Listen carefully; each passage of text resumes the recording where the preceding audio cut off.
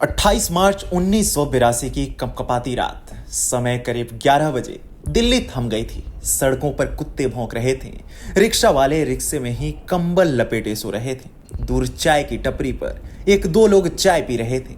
लेकिन दिल्ली में प्रधानमंत्री आवास में एक बड़ा खेल चल रहा था। एक बड़े षड्यंत्र की बुआ रही थी। तत्कालीन प्रधानमंत्री इंदिरा गांधी के आवास में चिल्लम चिल्लाहट मची थी।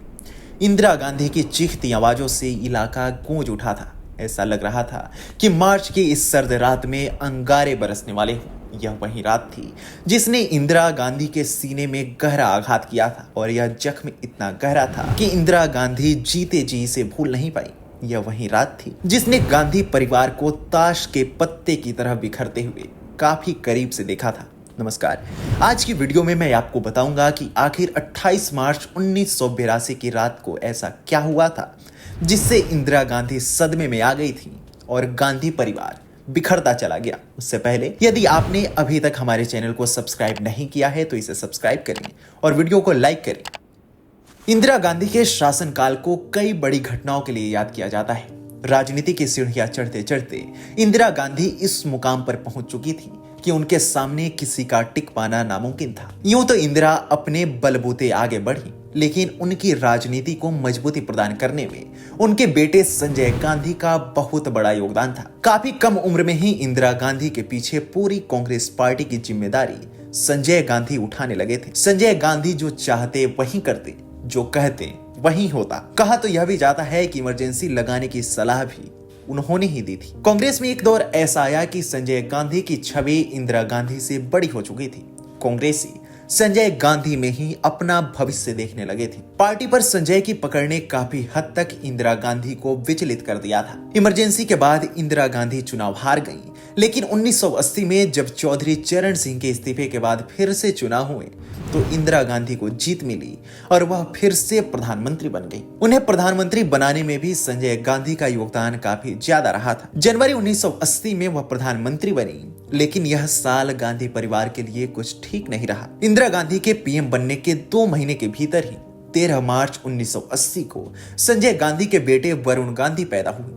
लेकिन इस खुशी को किसी की नजर लग गई और इसके 2 महीने बाद ही 23 जून 1980 को एक प्लेन क्रैश में संजय गांधी की मौत हो गई। इंदिरा टूट चुकी थी। जिस संजय गांधी में कांग्रेस पार्टी अपना भविष्य देख रही थी वो अब जा चुके थे। बेटी की मौत से हताश इंदिरा के ऊपर अब संजय गांधी की पत्नी मेनका गांधी और उनके नवजात बेटे की जिम्मेदारी आ गई थी। चूंकि संजय गांधी में कांग्रेस पार्टी अपना भविष्य देखती थी, लेकिन उनके मृत्यु के बाद उनके बड़े भाई राजीव गांधी को इंदिरा ने अपना उत्तराधिकारी चुना। यहीं से गांधी परिवार में कलह की शुरुआत होती है। इसके बाद तो हालात ऐसे होते चले गए कि बात बात पर इंदिरा गांधी और मेनका गांधी में बहस होने लगी। छोटी से छोटी बात पर उनकी लड़ाई होने लगी। एक और प्रधानमंत्री पद पर बैठी इंदिरा देश संभाल रही थी, तो वहीं दूसरी ओर परिवार को एकजुट रखने में वो नाकाम साबित हो रही थी। 1980 से शुरू हुई यह लड़ाई अब 1982 तक आ गई थी। संजय गांधी के कुछ समर्थक नेताओं के साथ मेनका गांधी ने इंदिरा गांधी को आंख दिखाना शुरू कर दिया था। एक बार तो कुछ ऐसा हुआ कि इंदिरा गांधी विदेश दौरे पर थी और उसी दौरान मेनका गांधी ने परिवार से नाराजगी के बीच लखनऊ में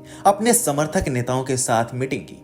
हालांकि इंदिरा गांधी ने मेनका को यह बैठक न करने की चेतावनी दी थी, लेकिन मेनका गांधी नहीं मानी। 28 मार्च 1982 की शाम को इंदिरा गांधी जब विदेश दौरे से वापस लौटी तो उन्हें मेनका गांधी की मीटिंग के बारे में पता चला। यह सुनते ही इंदिरा भड़क उठी। उसके बाद इंदिरा और मेनका गांधी में जमकर कहासुनी हुई। मामला इतना भयंकर हो गया कि इंदिरा गांधी ने मेनका को घर छोड़ने का फरमान दे दिया। यह पहली बार था जब गांधी परिवार में इतनी भयंकर टूट पड़ी थी और बात घर से निकालने तक पहुंच गई थी। इंदिरा के फरमान पर मेनका ने आपत्ति जताई, लेकिन इंदिरा अपनी बात पर अड़ी रही। इंदिरा ने संपत्ति दिए बिना ही उन्हें घर छोड़ने का निर्देश दे दिया। इस पर मेनका गांधी की बहन ने आपत्ति जताई। मेनका की बहन ने दावा किया कि यह घर संजय गांधी का भी है, जिस पर इंदिरा ने कहा कि यह प्रधानमंत्री का घर है। फिर रात करीब 11 बजे तीखी बहस के बाद 23 वर्षीय मेनका गांधी अपने 2 साल के बेटे वरुण गांधी को साथ लेकर घर से निकल गई थी। गांधी परिवार से अलग होने के बाद मेनका गांधी ने 1982 में राजनीति में प्रवेश किया।